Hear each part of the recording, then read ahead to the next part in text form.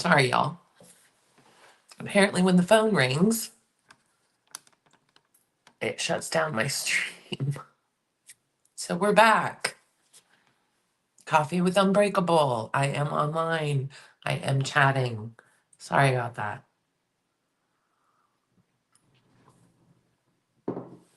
As I was saying, depression is really difficult during this time of year. The holidays are very difficult for people this time of year.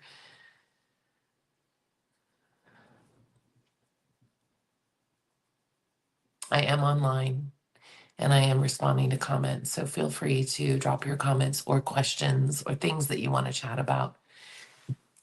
And I will read those. As I was saying before my phone so rudely interrupted me with a phone call, seasonal depression is real. Depression is real.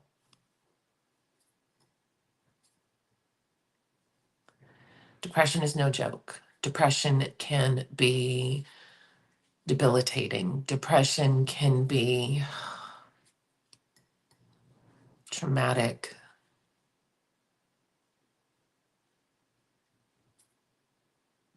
There are days where we feel like I can't do one more thing.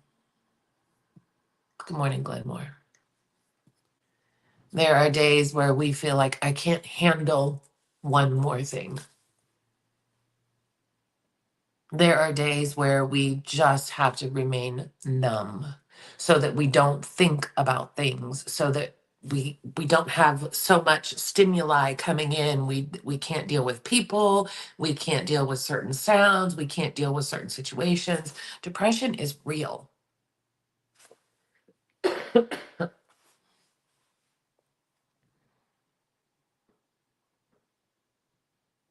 And with that, I think, good morning, see you later. With that, I think we don't give ourselves enough grace when we're dealing with depression. We don't give ourselves enough compassion. At least I know I don't, oftentimes.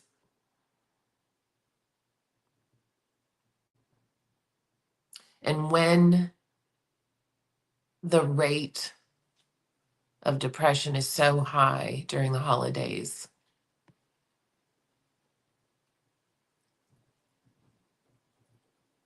we really have to try our best to be gentle with ourselves.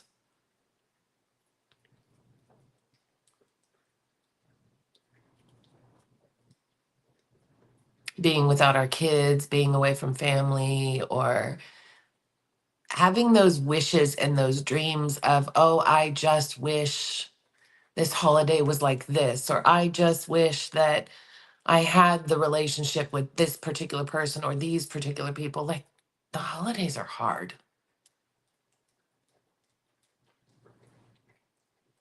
And depression is real.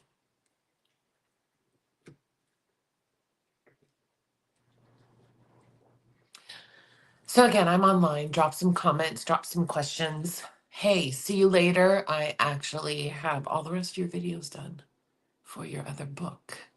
So those will post over the next couple of days.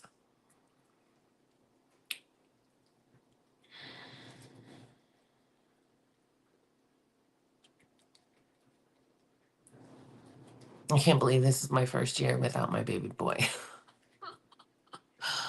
Oh, that's a big one. It's a big one. He's grown. He's graduated. He's off on his own. And he works the day before Christmas and the day after Christmas. And so he doesn't think he can come home. I get it. Adulting sucks sometimes. But that's hard, knowing that I'm going to be without my baby boy. I've said it before, and I try to remind myself of this, that if a particular day is too hard to deal with, a holiday as an example, I can absolutely consider it just another day. So this year it's a Wednesday. I can absolutely just consider it another Wednesday. And it doesn't matter what anyone else thinks. It doesn't matter if someone disagrees. You can disagree. But when we have to cope through getting through particular days, holidays, events, we do the best that we can, right? And so if that means that we just need to decide, okay, it's just another Wednesday, then that's acceptable.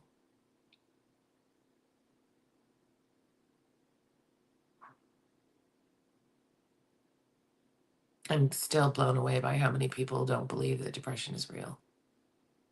Still blown away by that. Who else is online? Glenmore said hello. See you later said hello.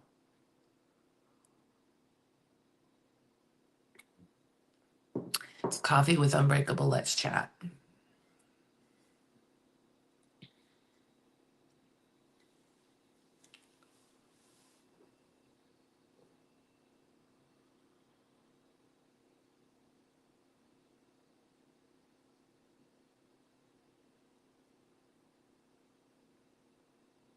I have obtained so many maladaptive coping skills over the years.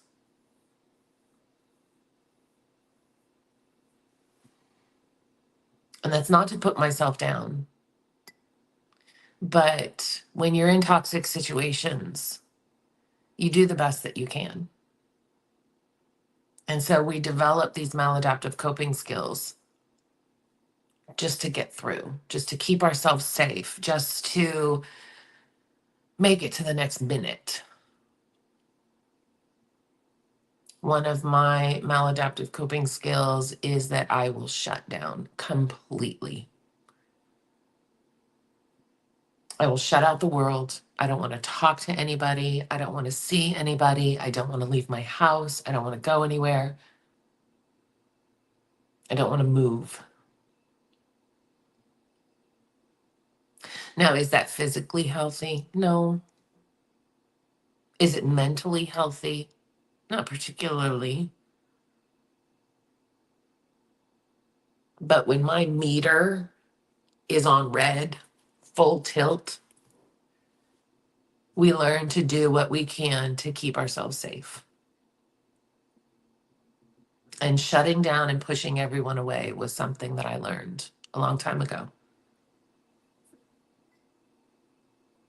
And so coming on here and having conversations with y'all and interacting is me trying to step out of that maladaptive coping skill, trying to teach myself a new way.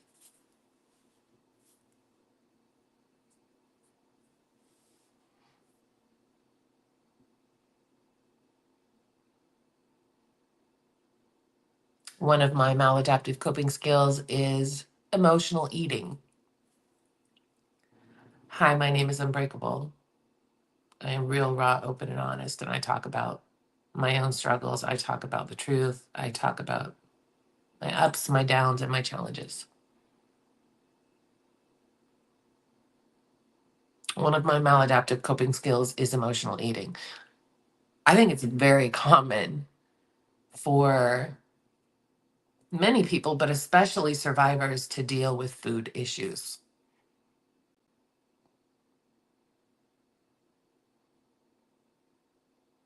And here we're going to get real, real, real, real. I will have emotional eating, but then I also have withholding, where I would damn near starve myself because I have control. When we feel out of control, we try to find some sense of control over something, especially in situations where we've never had control, or we've spent our lifetimes not having any control over anything. And so again, I think it is very common that survivors struggle with food issues.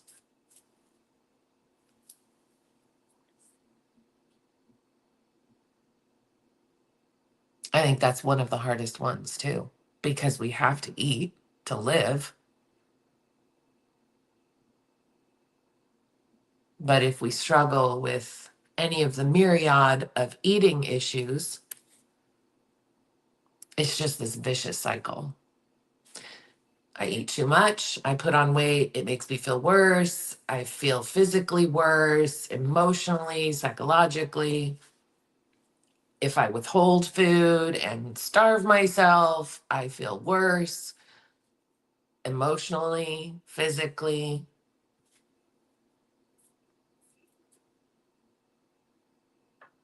But it's something that we've had control over. We've been able to control that.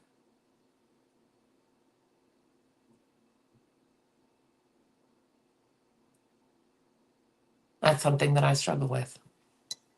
What's something you struggle with? Let's chat, guys. Drop it in the comments. I don't see any comments going.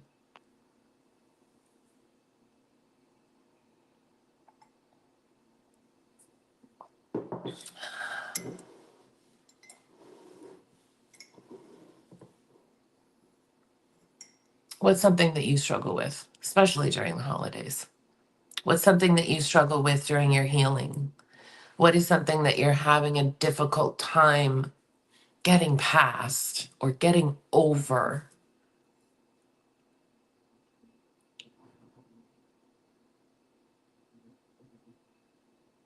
I still hear those voices, those words in my head oftentimes. That criticism, that finger pointing at me. I still hear those voices, those words in my head playing over and over. I struggle with contradicting them. I struggle with believing them.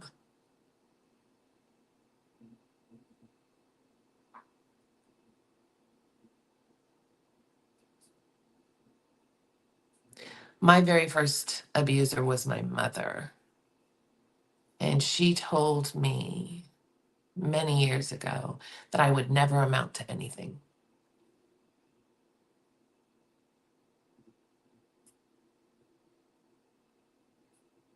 She told me that I would never amount to anything and I would never be successful.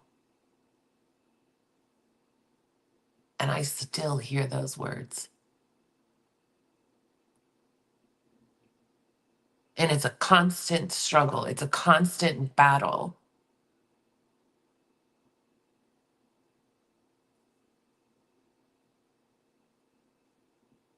of me trying to contradict that, of me trying to reprogram that and remind myself those were lies.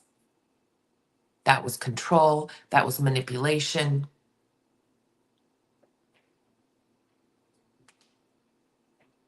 But we still hear those words, don't we? We still hear those criticisms. We still hear that tone. They continue to replay over and over. And that's a challenge, and it affects us.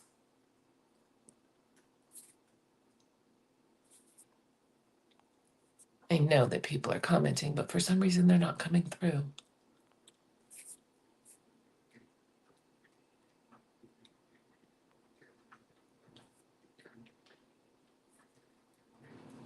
Hmm. Good morning, Shannon. There comes the comments.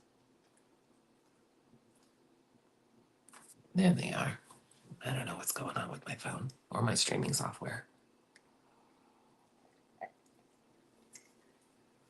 Shannon said, "You're never alone."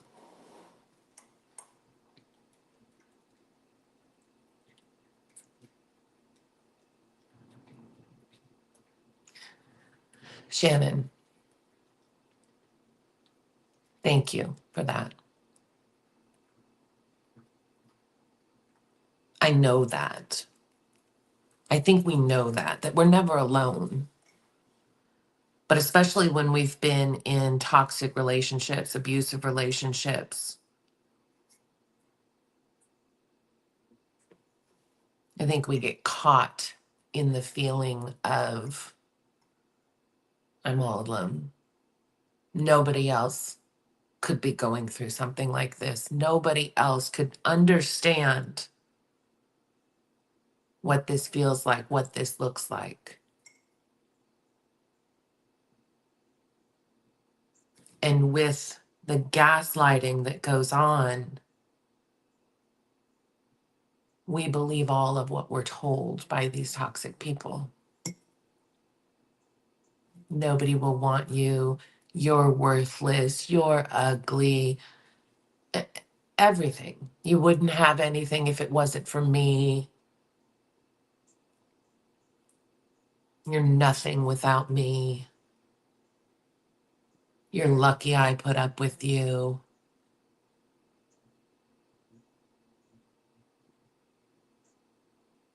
We feel alone in that because we start to believe those words that we're being told.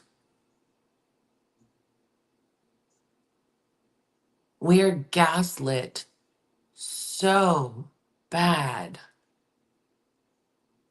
that we believe what these toxic people are telling us. We believe that we're worthless.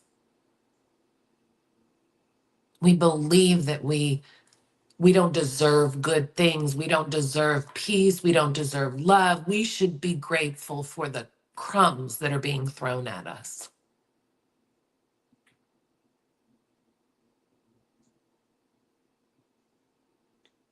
So while I know now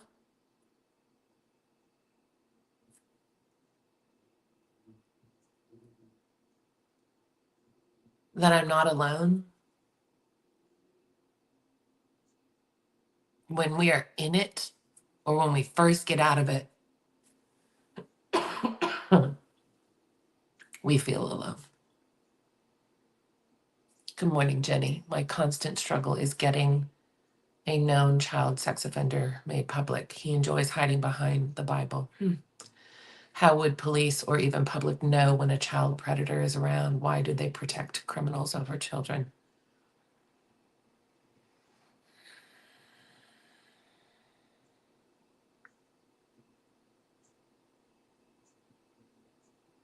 Jenny, that's such a hard one. I agree with you. Predators, I feel, oftentimes have more rights than children do. Predators, I feel, oftentimes have more rights than any victim does. We watch them walk this earth as the victims suffer from the damage that's been done.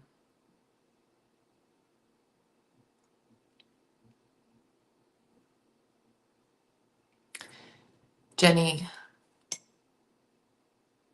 I believe the only way that we can make a difference with our legal system is by continuing to speak up, sharing our story, speaking our truth.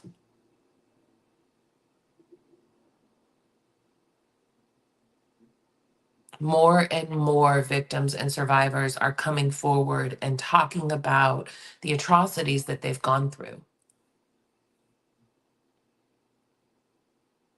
But we need more.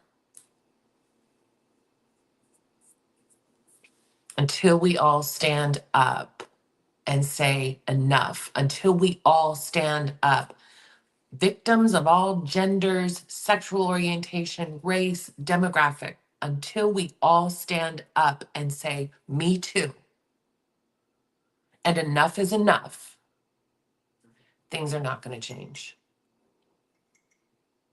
See you later. For years, I felt like I had something wrong with me. My parents never hugged me nor told me that they loved me.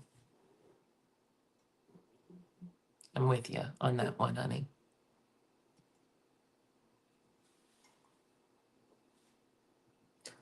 I remember looking back and feeling very uncomfortable when my father hugged me. Very uncomfortable. And there is some sort of repressed memories around that. I haven't gotten into it yet. I haven't figured it out yet with my therapist, but our bodies remember. Not getting that love and that affection when we're little, that affects us. That dictates so many choices that we make in our lifetime, that we are drawn to the love bombing. We are drawn to the facade that these toxic individuals put on. We are drawn to the breadcrumbs that they throw at us, because so many of us didn't get our needs met when we were children.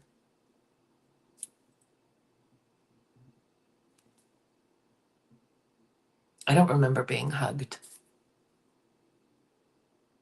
I don't remember being told I love you. I don't remember being told you're doing a great job, I'm proud of you. I don't remember any of that, because it didn't happen.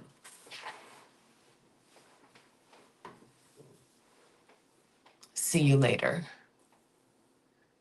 Yes, repressed memories. If my father got near me, I felt terrible. I always thought it was because we had no affection in my childhood home. Now I think I picked up on something sinister in him. Breadcrumbs, so true. Yeah. Yeah. Y'all, if you go back on my feed, there's several videos, and the page See You Later is tagged in those videos. See You Later is an author, and she writes her story, and it's powerful. It can be very triggering, but it is powerful. The link to her books on Amazon are included on each of those videos, and I actually have several other videos that will be dropping soon for her second book, Down the Rabbit Hole. Is it Down the Rabbit Hole? Can't think of it right now, but those will be dropping soon. It's imperative that we hear other stories. The majority of the education that benefits us the most is hearing other stories. We can read on narcissism, we can read on gaslighting, we can read on abuse, we can read on love bombing, we can read on coercive control. We can read on all of these things.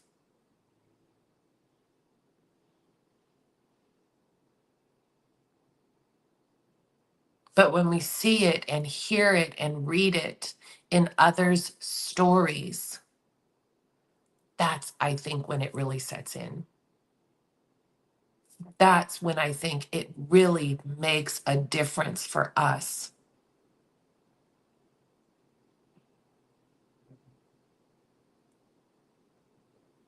Because I say it all the time, we feel so alone in this.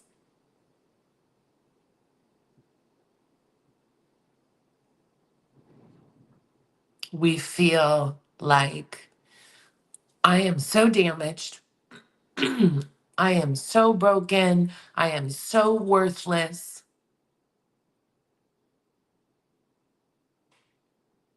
Nobody could understand what it is that I'm going through.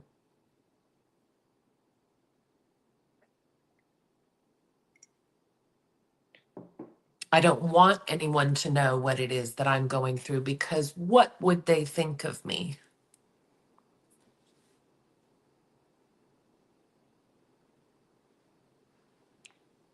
We feel alone.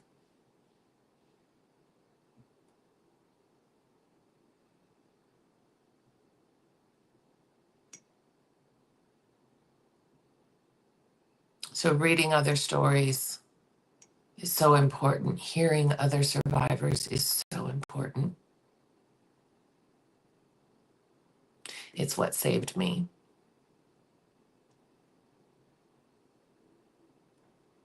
There's a young lady out there, Hannah Hollander, and she started a private Facebook group called Speak Your Truth.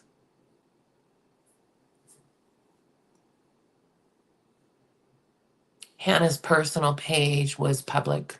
Anybody could see it. And Hannah got brave one day and decided to just post on her personal page her story. And one of the things that Hannah talked about was how she used to get yelled at because she ironed the wrong way.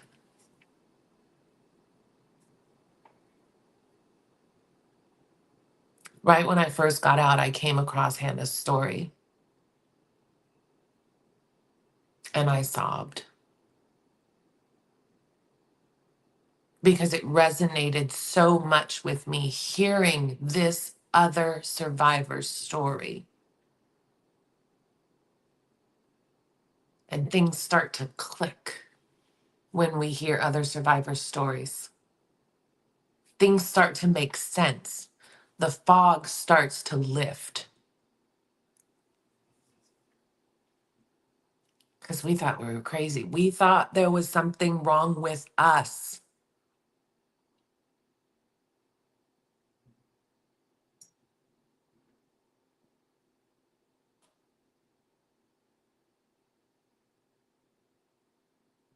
I encourage you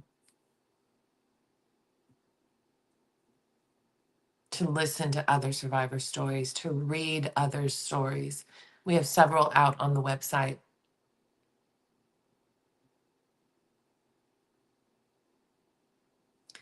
Get See You Later's book. Read her story. There's several other books that I have promoted on my page from several other survivors. I recommend every single one of them. The more we educate ourselves, the more we speak up, the more we share our stories, the more we interact with other survivors, the easier our healing becomes.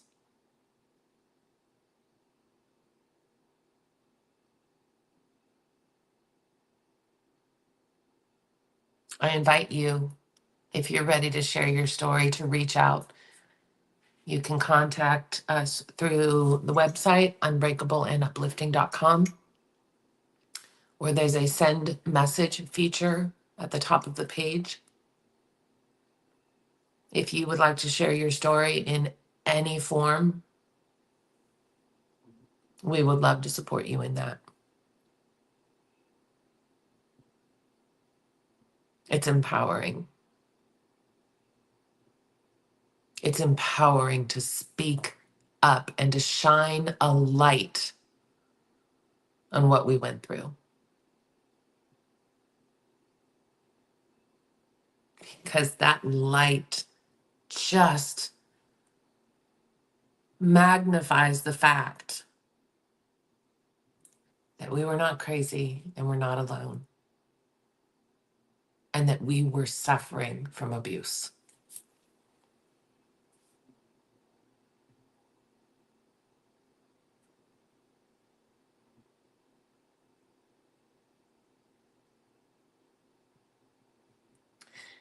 Be kind to yourself today. Give yourself grace. Give yourself compassion. You've been hard enough on yourself. Be gentle. You are not crazy. You are not alone. Y'all go be unbreakable.